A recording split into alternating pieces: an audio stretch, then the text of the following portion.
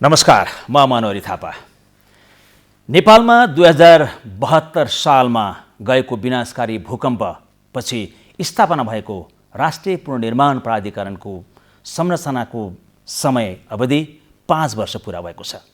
तर यसबीचमा ऐनमा व्यवस्था भएअनुसार यो संरचना, यो प्राधिकरण अरू 1 वर्षका लागि यो संस्थाले काम गर्ने भएको छ।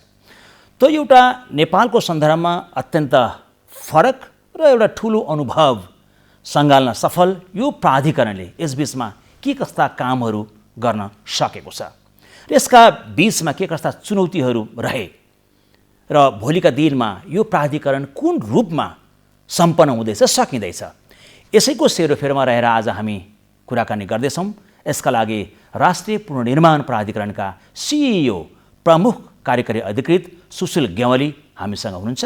हामी यसैमा केन्द्रित रहेर कुराकानी गर्दैछौँ। यहाँलाई यो कार्यक्रममा स्वागत छ। धन्यवाद। नमस्कार। नमस्कार। यो नेपालको सन्दर्भमा अत्यन्त फरक अनुभव र फरक प्रकृतिको राष्ट्रिय पुनर्निर्माण प्राधिकरण यो भूकम्पपछि स्थापना भयो र अब यसको समय पनि 5 वर्षको लागि अब सकियो। हुन त अर्को वर्षको लागि फेरि हामी काम गर्दैछौँ। मोटामोटी रूपमा भन्नुपर्दा 5 वर्ष हामीले के कस्ता कामहरू गऱ्यौँ, यसको उपलब्धि कस्तो रह्यो?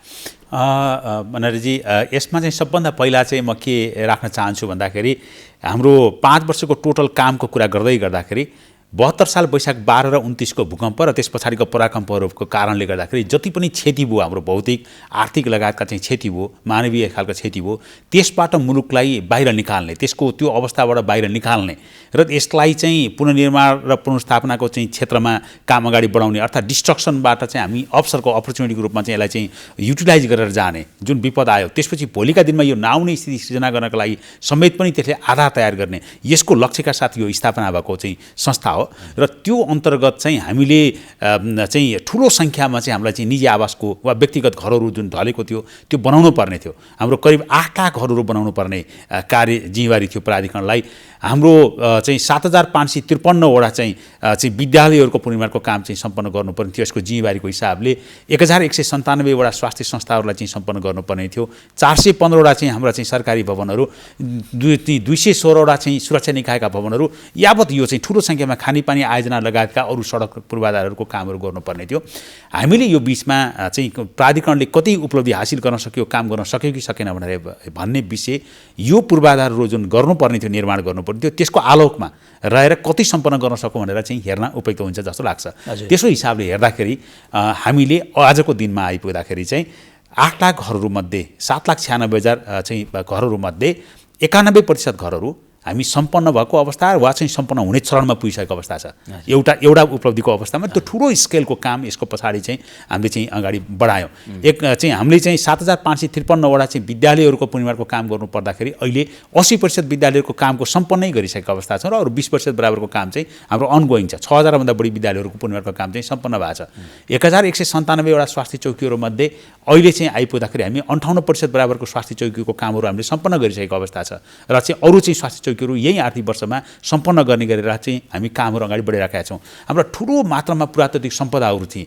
त्यो पुरातात्विक सम्पदामा 920 वटा पुरातात्विक सम्पदाहरूको पुनर्निर्माण गर्नुपर्ने थियो। त्यसमा अहिले हामी 51% भन्दा माथिको काम चाहिँ सम्पन्न गरेर अरू काम अगाडि बढाइरहेका छौँ। यसरी हेर्दाखेरि नेपालको पुनर्निर्माण चाहिँ को यो चाहिँ 5 वर्षको जुन अवधि छ, थुप्रै उतार चढाव र चुनौतीहरूबाट सामना गर्दै हामी यहाँसम्म आइपुग्यौँ। तर यो चाहिँ सन्तोषजनक ढङ्गले राम्रोसँग चाहिँ सम्पन्नताको चरणमा प्रवेश गरेको छ। भनेपछि यसपछिका जति अनगोइङ प्रोजेक्टहरू छन् जुन सम्पन्न केही हुन बाँकी छन्, अब यसको चाहिँ काम कसरी अगाडि बढ्छ? यसलाई अब हाम्रो अहिलेको चाहिँ प्राधिकरणको जुन अनगोइङ चाहिँ यसको संरचनाहरू छन्, प्राधिकरणका विभिन्न मन्त्रालयहरू र त्योसँग सम्बन्धित चाहिँ निकायहरूको एउटा स्पेसल इन्टिटिजहरू चाहिँ क्रिएट गरिकन हामीले चाहिँ काम गरिरहेका छौँ। केन्द्रीय आयोजना कार्यान्वयन इकाइहरू भन्छौँ हामी र जिल्ला तहमा जिल्ला आयोजना कार्यान्वयन इकाइहरू भन्छौँ। ती संस्थागत संरचना मार्फतै यी कामहरू चाहिँ अगाडि बढ्नेछन् र सम्पन्न हुनेछन्। त्यसको निम्ति निजी आवास सबभन्दा महत्त्वपूर्ण चाहिँ कार्यक्षेत्र हो, किनकि जनताको प्रत्येक व्यक्तिको घर बन्ने कुरा चाहिँ सँग सम्बन्धित छ यहाँ। त्यो पनि सरकारले बनाउने होइन, त्यो जनता आफैले बनाउने हो। तर जनतालाई यस्तो ढङ्गले सहयोग गर्नु पर्यो, यस्तो ढङ्गले मोबिलाइज गर्नु पर्यो एउटा अभियानको रूपमा, जसको कारणबाट चाहिँ त्यो घर बन्ने कुराको सुनिश्चित हुन सकोस्। त्यसको निम्ति हामीले गाउँमा इन्जिनियरहरू चाहिँ परिचालन भएको अवस्था छ। करिब 3000 भन्दा ठुलो सङ्ख्यामा इन्जिनियरहरू गाउँमा परिचालित छन्। हामीसँग 1000 जति चाहिँ हाम्रो चाहिँ घुम्ती डकर्मीहरू अहिले चाहिँ गाउँमा जनतालाई चाहिँ त्यो काममा सहयोग गर्नको निम्ति, घर बनाउने काममा सहयोग गर्नको लागि लाग्नु भएको छ। सामाजिक परिचालकहरू जनतालाई जागरण गरेर काम गर्ने कुरामा लाग्नु भएको छ। यो हिसाबले चाहिँ पुनर्निर्माणको काम चाहिँ यसरी अगाडि बढिरहेको छ। अरू चाहिँ हाम्रो पूर्वाधारका कामहरू, आयोजनाहरू जति पनि छन्, हाम्रो जिल्ला स्तरका आयोजना कार्यालयहरू र केन्द्र स्तरका आयोजना कार्यालयहरूले क्रमशः सम्पादन गरेर जानेछन्। यो स्थितिमा आइपुग्दाखेरि चुनौतीहरू कतिका रह्यो होला, समस्या कतिको रह्यो, अथवा सजिलै समय सम्पन्न भयो? के यो त वास्तवमा चुनौतीपूर्ण। यो काम नै संसारको कुनै पनि विकसित मुलुकका लागि, चाहे हामी अमेरिका जस्तो मुलुकको कुरा गरौँ, जापान जस्तो मुलुकको कुरा गरौँ, जापानमा आएको सुनामीको कारणले गरेको प्रभावको चाहिँ अवस्था आजसम्म 2010 मा चाहिँ भएको जुन इम्प्याक्ट हो त्यो चाहिँ अहिलेसम्म निरन्तर रूपमा चाहिँ चलिराखेको छ र चाहिँ सम्पन्न हुन सकिराखेको छैन। पाकिस्तानमा चाहिँ 2005 मा गएको भूकम्पको पुनर्निर्माणको काम आज पनि चलिरहेको अवस्था छ। भारतमा आज पनि भइरहेको छ 2010 को सेरोफेरोमा गएको भूकम्पको चाहिँ हो। त्यसले गर्दाखेरि चाहिँ यो चाहिँ सजिलो काम चाहिँ पटक्कै होइन। यो चाहिँ अत्यन्त जटिल र चाहिँ त्यसपछि गएर चुनौतीपूर्ण काम चाहिँ स्वाभाविक ढङ्गले हो। किनकि जनताको अपेक्षा हिजो चाहिँ भएका संरचनाहरू तत्काल चाहिँ सम्पन्न हुन् भन्ने चाहना हुन्छ। सरकारको चाहिँ तर्फबाट हेर्दाखेरि चाहिँ उसको क्षमता चाहिँ त्यो स्केलको हुँदैन। उसले रेगुलर अरू कामहरू पनि गर्नुपर्ने, सरकारका संरचनाहरू स्वाभाविक ढङ्गले रेगुलर कार्यक्रमहरू गर्ने कुराको लागि चाहिँ डिजाइन भइरहेको हुन्छ। तर यो चाहिँ स्पेसल एन्टिटीले तत्कालमा स्रोत साधन, जनशक्ति लगायतका सबै विधि प्रक्रिया, हामी यत्तिकै काम गर्ने भनेर काम गर्न सक्दैनौँ। हामीलाई विधि प्रक्रिया, कानुनी समग्र चाहिँ व्यवस्थापन चाहिँ जरुरी हुन्छ। त्यसलाई चाहिँ व्यवस्थापन गरेर मात्रै काम गर्नुपर्ने हुन्छ। र चाहिँ मलाई यहाँलाई यो बताउँ कि नेपालको यो पुनर्निर्माण हामी जुन चाहिँ अहिले सम्पन्नताको चरणमा गर्दैछौँ भनेर भन्दैछौँ, यो संसारको सबैभन्दा ठुलो चाहिँ भूकम्पपछिको पुनर्निर्माण चाहिँ हो नै। तर त्यसको साथसाथै यो चाहिँ संसारमा सबैभन्दा चाहिँ जटिल र भौगोलिक हिसाबले अत्यन्त अप्ठ्यारो चाहिँ अवस्थाबाट चाहिँ गर्नुपर्ने चाहिँ कामको हिसाबले पनि पुनर्निर्माणको रूपमा चाहिँ चिनिन्छ। हाम्रो चाहिँ हिमाली क्षेत्र, भौगोलिक विकटता, यातायातको साधनको चाहिँ समस्या, पूर्वाधारको चाहिँ अवस्था नभएको स्थिति, इन्टरनेट लगायतका यो सूचना प्रणालीहरूको कनेक्सनको गाउँमा नभएको अवस्था, ब्याङ्किङ सुविधाहरू गाउँसम्म नपुगेको अवस्था, यस्तो अवस्थामा चाहिँ हामीले काम गरेका हौँ। तर सँगसँगै हामीसँग जनशक्तिको व्यवस्थापन र स्रोत साधन, हामीलाई चाहिने 938 अरब रुपियाँ बराबरको चाहिँ कार्यक्रमहरू चाहिँ सञ्चालन गर्नुपर्ने थियो। त्यो भनेको चाहिँ कुनै पनि मुलुक, हाम्रो जस्तो गरिब मुलुकको लागि यो चाहिँ रकम भनेको धेरै नै ठुलो चाहिँ तपाईँको चुनौतीको अवस्था रह्यो। हामी यी सबै चुनौतीहरूलाई चाहिँ सामना गर्दै, र योभन्दा अझै महत्त्वपूर्ण अर्को पाटो पनि सँगसँगै रह्यो, हामी राजनीतिक सङ्क्रमणको एउटा अवस्थाबाट चाहिँ गुज्रेर काम गऱ्यौँ। र यो बिचमा चाहिँ हाम्रो चाहिँ एकात्मक राज्य प्रणालीबाट हामी सङ्घात्मक राज्य प्रणालीमा प्रवेश गऱ्यौँ। तिनै तहको निर्वाचनको चाहिँ यही बिचमा मुलुक होमिएर काम गर्नुपर्ने अवस्था सिर्जना भयो। सरकार परिवर्तनका चाहिँ कुराहरूले पनि यसलाई चाहिँ बेला बेलामा असर पर्ने खालको अवस्थाहरू सिर्जना भयो। यी सबै चुनौतीहरूका बावजुद नेपालको पुनर्निर्माण चाहिँ वास्तवमा चाहिँ नेपालले यो काम चाहिँ गर्न सम्भव भएको छ र हामीले सम्पन्नताको चरणमा पुर्याइराखेका छौँ। यो चुनौतीका बावजुद पनि हामी यो स्थितिमा आएका छौँ भनेपछि यसले एउटा हामीलाई एउटा अपर्च्युनिटीको रूपमा पनि एउटा अवसर मिल्यो होइन त? यसलाई चाहिँ हामीले केही सिक्यौँ त यसबाट? हो, एकदमै। हामीले के सिक्यौँ, के अनुभव गऱ्यौँ यसमा चाहिँ हाम्रो वास्तवमा चाहिँ हाम्रा महत्त्वपूर्ण चाहिँ हामीलाई चाहिँ सिकाइहरू रहेका छन्। एउटा त हामी जतिसुकै सङ्क्रमणकालीन राजनीतिक रूपमा चाहिँ गए पनि यसको परामर्श परिषद छ, यसको निर्देशक समिति छ, जहाँ प्रधानमन्त्रीको सामान्य प्रधानमन्त्री त्यसको अध्यक्ष हुनुहुन्छ र विपक्षी दलको नेता त्यहाँ उपाध्यक्ष हुने व्यवस्था छ, र अरू राजनीतिक दलहरू, पूर्व प्रधानमन्त्रीहरू त्यहाँ चाहिँ त्यो परामर्श परिषदमा सदस्यको रहने व्यवस्था छ। त्यस्तै गरी जिल्ला तहमा सङ्घीय सांसदको अध्यक्षतामा प्रदेश सभासद, स्थानीय तहका प्रमुखहरू सहित रहेको चाहिँ संरचना छ। यसले पोलिटिकल कन्सेन्ससका साथ काम गर्ने खालको कुरा, राजनीतिक रूपमा चाहिँ सबैलाई चाहिँ सामेल गरिकन चाहिँ एउटा चाहिँ धारणा चाहिँ अवधारणा बनाएर एउटा दृष्टिकोण चाहिँ सिर्जना गरेर चाहिँ काम गर्ने कुरा र सबैलाई इन्गेज गरेर लिएर जाने खालको काम चाहिँ हामीले गऱ्यौँ। र त्यसका आधारमा काम गर्दाखेरि चाहिँ वास्तवमा सफलताको चाहिँ हामीलाई हात लागेको अवस्था देखा परिरहेको छ। र यो चाहिँ मैले यहाँलाई बताउँ, वास्तवमा चाहिँ हाम्रो यो चाहिँ कन्सेन्ससका साथ काम गरेको यो एप्रोचको कारणले गर्दाखेरि हाम्रो राष्ट्रिय यो चाहिँ परामर्श परिषदको बैठकले नेपालको पुनर्निर्माण सफलताको दिशामा गयो, सन्तोषजनक भयो भनेर सबै राजनीतिक पार्टीहरू, पूर्व प्रधानमन्त्रीहरू सँगै बसिकन चाहिँ निर्णय फैलिएको अवस्था छ। हाम्रो राजनीतिक खालको अहिलेको अवस्थामा एउटै पार्टीभित्र डिबेट भएर चाहिँ यस्तो समस्याहरू भएको अवस्थामा चाहिँ त्यो हुने कुरा चाहिँ मलाई लाग्छ हाम्रो नेपालको पुनर्निर्माणको हिस्ट्रीमा एउटा चाहिँ महत्त्वपूर्ण चाहिँ तपाईँको चाहिँ माइलस्टोन हो भन्ने चाहिँ मलाई लाग्छ। दोस्रो कुरा चाहिँ हामीले चाहिँ यहाँभित्रबाट चाहिँ सिकेको कुरा भनेको जनतालाई व्यापक रूपमा चाहिँ परिचालन गरेर काम गऱ्यौँ। हामी ओनर बिल्ड हाउसिङ मोडालिटीमा काम गऱ्यौँ। सरकारले घर बनाएर दिने एप्रोचमा गएनौँ, हामी जनताले आफै चाहिँ आफ्नो घर चाहिँ बनाउने एप्रोचमा गयौँ, तर सरकारले प्राविधिक र वित्तीय सहयोग दिने खालको मोडालिटीमा गयौँ। जुन मोडेल चाहिँ वास्तवमा चाहिँ सफलतम मोडेल हो भनेर संसारलाई हामीले बताउन सफल भएका छौँ र यो संसारभरि यो मोडेल चाहिँ लागू हुन सक्ने अवस्था चाहिँ सिर्जना भएको छ। तेस्रो कुरा भनेको हामीले पारदर्शिताको हिसाबले गभर्नेन्सको हिसाबले अत्यन्त महत्त्वपूर्ण ढङ्गले यो चाहिँ हामी चाहिँ जनताको बिचमा पैसा पुर्याउने काम चाहिँ हामीले सम्पन्न गर्न सक्यौँ। जस्तो हाम्रो चाहिँ तपाईँको सबै पैसाहरू जनताको ब्याङ्किङ एकाउन्टबाट चाहिँ पैसा उपलब्ध गरायौँ। जनताको ब्याङ्क एकाउन्ट नभएको अवस्थामा ब्याङ्क एकाउन्ट खोल्ने कुरामा हामी गऱ्यौँ, ब्याङ्कको शाखा नभएको ठाउँमा शाखा खोल्ने कुरालाई प्रेरित गरेर काम गऱ्यौँ, तर हामी यो प्रणालीलाई चाहिँ स्थापित गरेर काम गऱ्यौँ। आज 8 लाख जनताको घरकोमा ब्याङ्किङ एकाउन्ट चाहिँ को पहुँच चाहिँ भएको छ, वित्तीय पहुँचको अवस्था सिर्जना भएको अवस्था छ। हामीले प्रविधिको विकास गऱ्यौँ, यो बिचमा भूकम्प प्रतिरोधी प्रविधिहरू विकास गऱ्यौँ। नेपाललाई चाहिने खालको मोडेल कस्तो खालको हुनसक्छ, ढुङ्गा माटोका घरहरू पनि बलियो कसरी बनाउने अनि भन्ने खालको प्रविधि हामीले चाहिँ विकास गऱ्यौँ। यो प्रविधि अब यही चाहिँ भूकम्प प्रभावित क्षेत्रमा मात्र सीमित रहनेवाला छैन, यो चाहिँ अब नेपालका सबै क्षेत्रहरूमा यो प्रविधि चाहिँ लागू हुन सक्ने अवस्था हुन्छ। जसले गर्दा हाम्रा अहिले ढुङ्गा माटाका घरहरू चाहिँ अरू चाहिँ सम्बन्धित क्षेत्रमा फैलिएको घरहरू यदि त्यहाँ चाहिँ भूकम्प गयो भने यस्तै खालको हालत हुने हो, त्यसलाई बलियो बनाउन सक्ने प्रविधि हामीसँग छ र त्यो जनतामा ट्रान्सफर भएको छ। धेरै छ चाहिँ मनोहरजी, यसमा चाहिँ वास्तवमा नेपालको पुनर्निर्माणले धेरै थुप्रै उपलब्धिहरू हासिल गरेको छ र अनुभवहरू हासिल गरेको छ। भनेपछि यो अनुभव, यो ज्ञान, यो सिकाइ लाई अब कसरी हामी ट्रान्सफर गर्दैछौँ? किनभने अब यो प्रोजेक्ट त अब यो प्राधिकरण त सकिँदैछ, अब यो सिकाइले हामीले फर्दर भोलि पनि यस्ता खालका चुनौतीहरू, यस्ता खालका अप्ठ्यारोहरू आउन सक्छन्, त्यसको लागि चाहिँ हामी कसरी व्यवस्थापन गर्दैछौँ? हामीले वास्तवमा प्राधिकरणको स्थापना गर्दाखेरि नै यसको संस्थागत संरचना र यसको कार्यप्रणालीको बारेमा हामीले डिजाइन गर्दाखेरि नै चाहिँ हामीले त्यतिखेर चाहिँ हाम्रो सोचमा चाहिँ हाम्रो दिमागमा थियो कि यो संस्था सधैँभरि रहँदैन, हामीलाई चाहिँ यसलाई चाहिँ हस्तान्तरण गर्नुपर्छ। त्यसको निम्ति हामीले चाहिँ त्यतिखेरदेखि नै चाहिँ यसको चाहिँ होल मोडल चाहिँ त्यसरी हामीले सोच्यौँ र त्यसो गर्दाखेरि हामीले के गर्यौँ भने सबभन्दा पहिला हामीले स्थानीय तहलाई, त्यतिखेर चाहिँ गाविसहरू थिए, गाविसहरूलाई इन्गेज गरेका छौँ। गाविसहरूको इन्गेजमेन्टले अहिले चाहिँ स्थानीय सरकारको जुन खालको व्यवस्था छ, जहाँनिर चाहिँ हाम्रो नक्सा पास गर्ने, घरहरू बनाउने खालको कुराको चाहिँ जिम्मेवारी छ, स्वास्थ्य संस्था, विद्यालय भवनहरू त्यो को चाहिँ जिम्मेवारी अब स्थानीय सरकारमा गएको छ, त्यो सरकारसँगको एट्याचमेन्टसहित काम भएको छ। एउटा ढङ्गले चाहिँ हाम्रा इन्जिनियरहरू त्यहाँ बसेर काम गरिरहेका छन्। हाम्रो होल प्रशासनिक चाहिँ स्थानीय तहमा हुने प्रशासनिक संयन्त्र र त्यसको मोडालिटी त्यहाँबाट चाहिँ निर्धारण भएको छ। त्यो हुँदाखेरि चाहिँ एउटा ढङ्गले त्यहाँनिर चाहिँ हाम्रो नलेज ट्रान्सफर हुने खालको स्वाभाविक ढङ्गले भइरहेको छ। दोस्रो चाहिँ हाम्रो चाहिँ केन्द्रीय तहका चाहिँ हाम्रा आयोजना कार्यान्वयन इकाइहरू, सम्बन्धित मन्त्रालय अन्तर्गतका एक्सपर्ट्सहरू, त्यहाँको चाहिँ जनशक्ति, त्यहाँका कर्मचारीहरू राखेर चाहिँ हामी सिर्जना गरेर नयाँ संरचना बनाएर काम गऱ्यौँ। त्यो जनशक्ति आफैमा चाहिँ क्यापेबल भएर गएको छ। त्यो चाहिँ भोलि चाहिँ सम्बन्धित मन्त्रालयमा रिटर्न भयो भने हुने बित्तिकै उसले यो नलेजलाई ट्रान्सफर गरेर लिएर जानेछ। तेस्रो कुरा चाहिँ हामीले चाहिँ अवलम्बन गरेको भनेको हाम्रो ठुलो सङ्ख्यामा जनशक्ति उत्पादन भएको छ।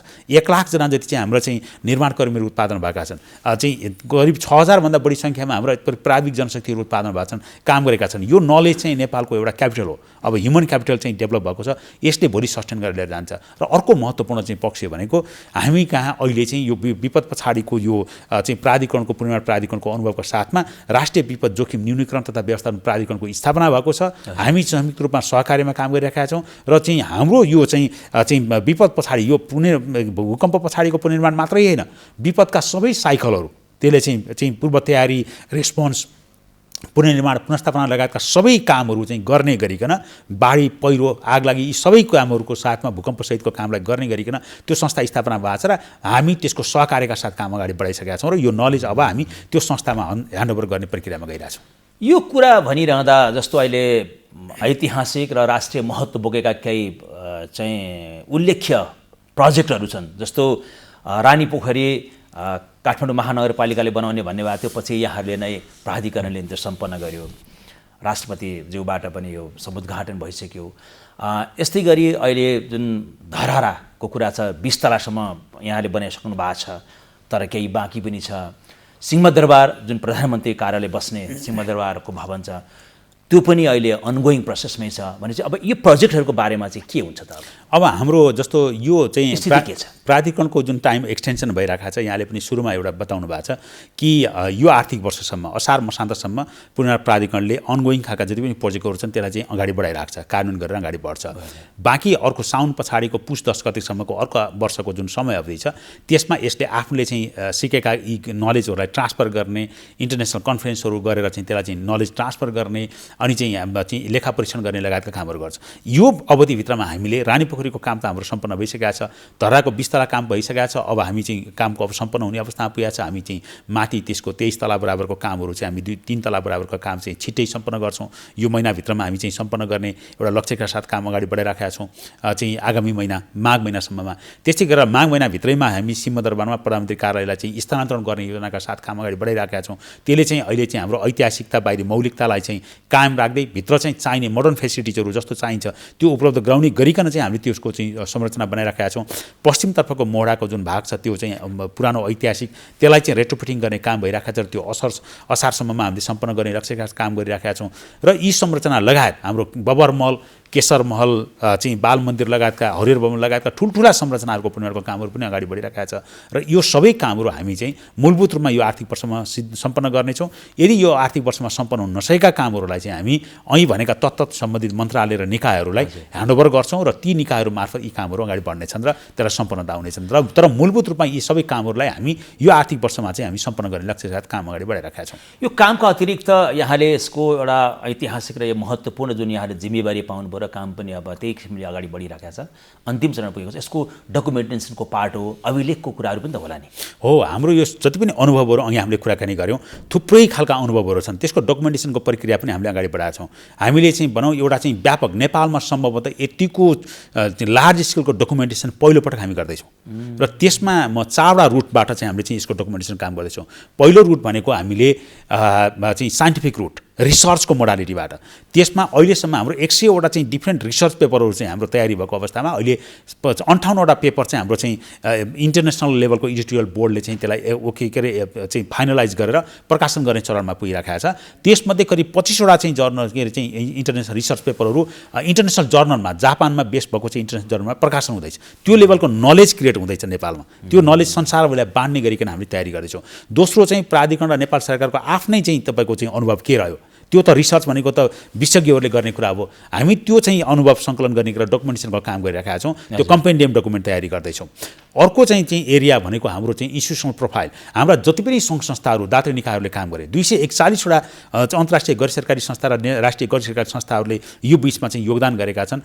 सब नेपालमा काम गर्ने लगभग सबै दात्री निकायहरू र मित्र राष्ट्रहरूले चाहिँ यसमा चाहिँ सहयोग गरेको अवस्था छ। त्यो सबैको अनुभवलाई सङ्कलन गर्ने गरेर इन्स्टिट्युसनल प्रोफाइल बनाउँदैछौँ। र त्यसपछि गएर अन्तिममा तपाईँ हामी सबै सञ्चारकर्मी मित्रहरू, तपाईँहरू जस्तै सबैले चाहिँ अनुभव गर्नुभएको कुराहरू, अघि भर्खरै हामीले केही कुराहरू गर्दै थियौँ, त्यो अनुभवहरू र त्यसै गरेर स्थानीय जनताले प्राप्त गरेका अनुभवहरू, राष्ट्र प्रमुख, सरकार प्रमुखदेखि स्थानीय जनतासम्मले सबैले प्राप्त गरेको अनुभवलाई ओपन इन्डेड पेपरको रूपमा, त्यो अनुभूतिका रूपमा त्यसलाई डकुमेन्टेसन गर्ने यो काम गर्दैछौँ। त्यसको साथसाथै भिडियोहरू र चाहिँ त्यसको फोटोग्राफीहरू, यो कामको पनि व्यापक रूपमा काम गरिरहेछौँ। जसले गर्दाखेरि हामी यो कुरालाई भोलि हामी चाहिँ अर्थक्वेक म्युजियम, यो धरहरामा चाहिँ हामी अर्थक्वेक म्युजियम बनाउँदैछौँ, भूकम्प सङ्ग्रहालय। त्यो सङ्ग्रहालयमा यी सबै दस्तावेजहरूलाई चाहिँ हामी राख्नेछौँ। त्यसो गऱ्यो भने भावी पुस्ताले यो पटक प्राप्त गरेको अनुभव के थियो। हामीलाई 90 सालको भूकम्पको निम्ति एउटा ब्रह्मशमशेरको एउटा किताब मात्रै छ, तर अब हाम्रो भावी पुस्ताले यो थुप्रै खालका दस्तावेजहरू प्राप्त गर्नेछ, जसका आधारमा यो अनुभवका साथ हामीले सारा मुलुकलाई रिजिलेन्स कसरी बनाउने, भूकम्प प्रतिरोधी, अरू चाहिँ विपदबाट प्रतिरोधी कसरी बनाउने,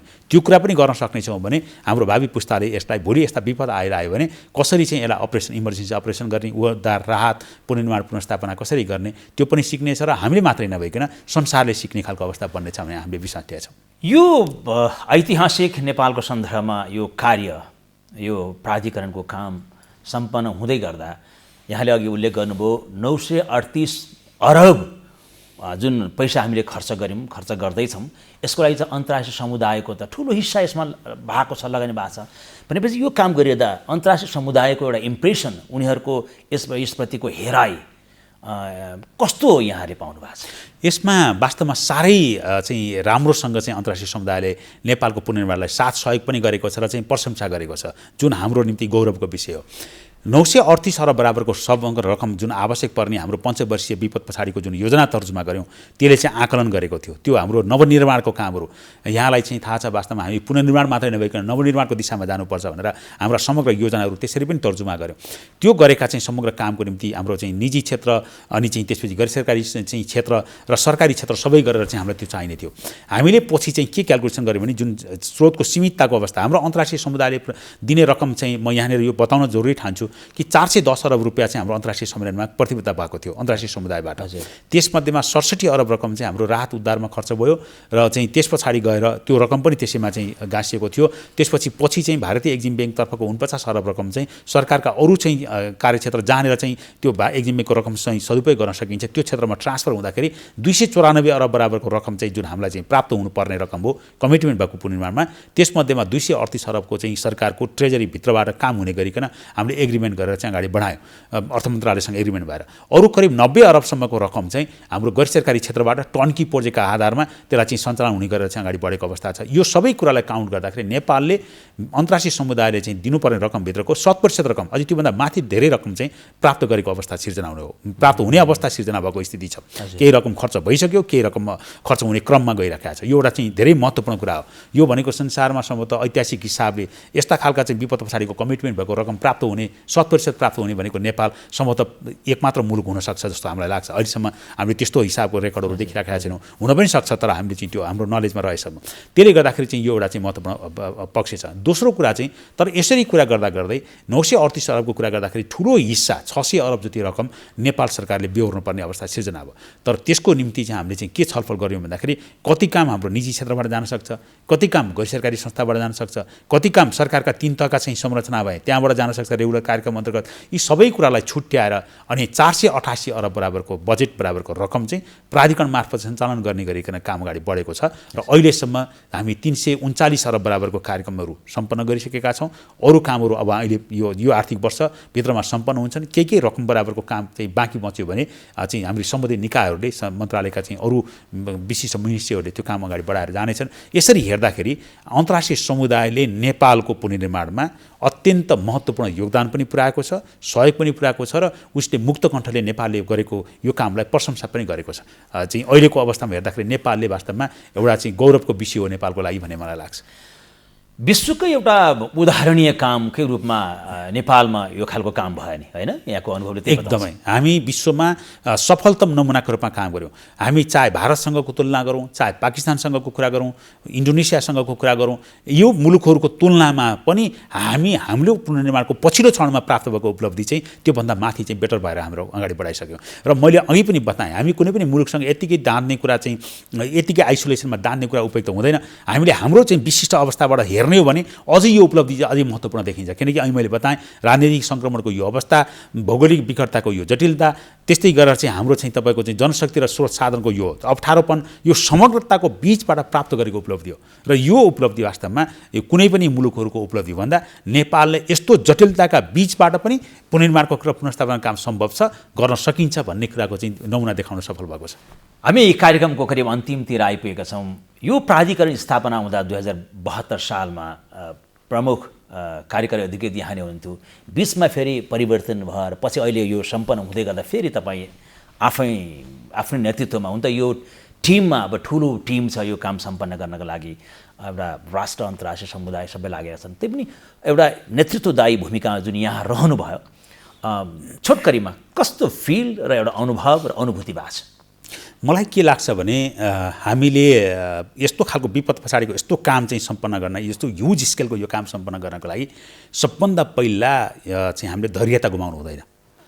पास्टमा यस्तो अवस्था पनि थियो, वास्तवमा म सम्झन्छु ती दिनहरू कि चाहिँ तत्काल जनतालाई घर तत्काल बनाइहाल्नुपर्ने, तर सरकारको चाहिँ संरचना र यो सबै कुराको व्यवस्थापन चाहिँ गर्दै जानुपर्ने, यो दुईटाको बिचबाट चाहिँ काम सम्पन्न गर्नुपर्ने थियो। त्यतिखेर चाहिँ यदि एउटा चाहिँ दृढताका साथ एउटा चाहिँ दृष्टिकोणमा चाहिँ स्पष्टता र कसरी जाने, यसको परिणाम कसरी निकाल्न सक्छौँ भन्ने कुराको समग्र रोडम्यापमा स्पष्टता नभएको भएदेखि त्यो विचलन आउन सक्ने खतरा आउन सक्थ्यो। हामी त्यसमा अविचलित भएर यो काम अगाडि बढायौँ। त्यसैले चाहिँ धैर्यता, स्पष्ट दृष्टिकोण र त्यस अनुसारको कार्ययोजना, यसको निम्ति चाहिँ धेरै महत्त्वपूर्ण रहेछ र त्यसै अनुसार जनशक्ति लगायतका अरू समग्र क्षेत्रको समन्वय र सहकार्यका साथ काम गरेर त्यसमा राजनीतिक क्षेत्र होस्, निजी क्षेत्र होस्, गैर सरकारी क्षेत्र होस्, सरकारी क्षेत्र होस्, सबैको बीचको सहकार्यका साथ चाहिँ काम गर्नु आवश्यक पर्दो रहेछ र त्यसको निम्ति त्यो खालको नेतृत्व दिन सकियो भनेदेखि यस्तो खालको विपद पछाडिको पुनर्निर्माण र पुनर्स्थापना काम चाहिँ सम्पन्न गर्न सकिन्छ र त्यसमा सबैभन्दा महत्त्वपूर्ण कुरा भनेको जनतालाई साथ लिएर, जनतालाई साथ चाहिँ उनीहरूको चाहिँ साथ र अपनत्वमा यो कामहरू गर्ने, समुदायलाई चाहिँ अग्रसर गराएर गर्ने काम गऱ्यौँ भनेदेखि हामी सफलता हात लाग्दो सक्दो रहेछ र नेपालले नेपाली समुदाय विशेष गरेर नेपाली जनतामा रेजिलियन्सप्रतिको चाहिँ एकदमै ठुलो चाहिँ लगाव, विकास र समृद्धिप्रतिको ठुलो लगाव चाहिँ छ र अहिले चाहिँ म चाहिँ के राख्न चाहन्छु भन्दाखेरि यदाकदा हाम्रो चाहिँ कामहरूमा कहिलेकाहीँ चाहिँ यो काम भएन भने नेगेटिभिटीको पाटो चाहिँ बढी चाहिँ बेला बेला देखिन्छ समाजमा बाहिर चाहिँ।